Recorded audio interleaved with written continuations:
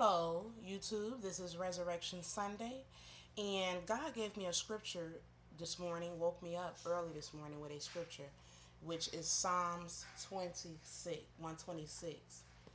And this scripture is saying, when the Lord turns again the captivity of Zion, we were like them that dream. Then was our mouths filled with laughter, and our tongues with singing. Then said they among the heathen, the Lord hath done great things for them. The Lord hath done great things for us, whereof we are glad. Turn again our captivity, O Lord, as the streams in the south.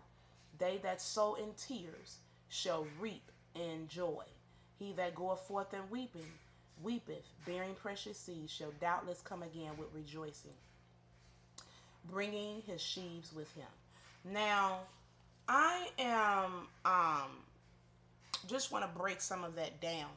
Uh, when it says when the Lord turns again the captivity of Zion, that means when God's come and reverse what the enemy tried to do. The enemy wanted you to be bound in this season, but God is coming to loose you. He's coming to loose the chains where the enemy wanted you to be bound, whether it's your finances, whether it's your marriage, whether it's your ministry, whether it's your position, whether it's just the glory that the enemy tried to hide in past seasons and didn't want you to be exposed. God is about to come and lift the veil.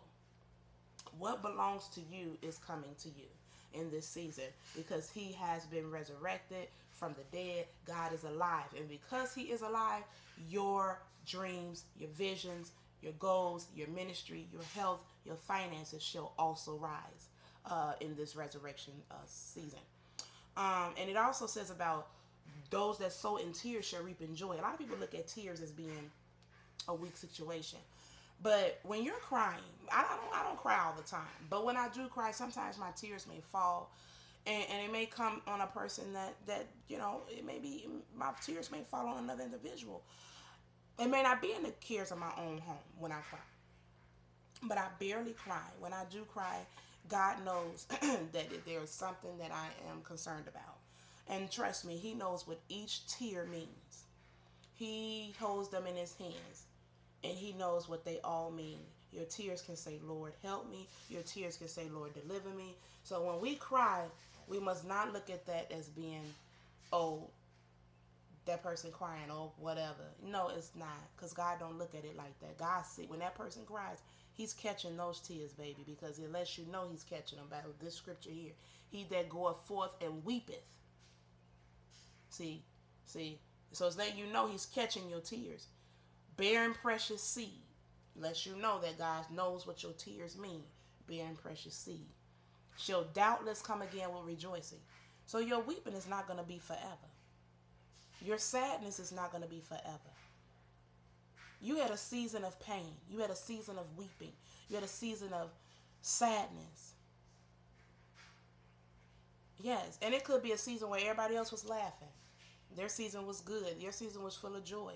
But yours was full of just sadness and turmoil and trouble and challenges and all type of stuff.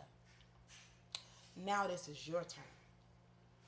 If you've gone through anything that I've just named, this is now your turn to be blessed. Okay? And you kept the right attitude in the midst of your laugh.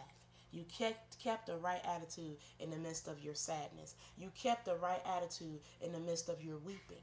And now God is about to restore you back because he has been resurrected from the dead. So he's about to restore you back. He has arose from the dead.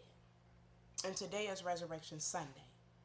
And I want you to take your family, take your children to church today. Take them all to the service of the Lord. A lot of people say Happy Easter. It's Happy Resurrection Day. I remember when I was young, we did do the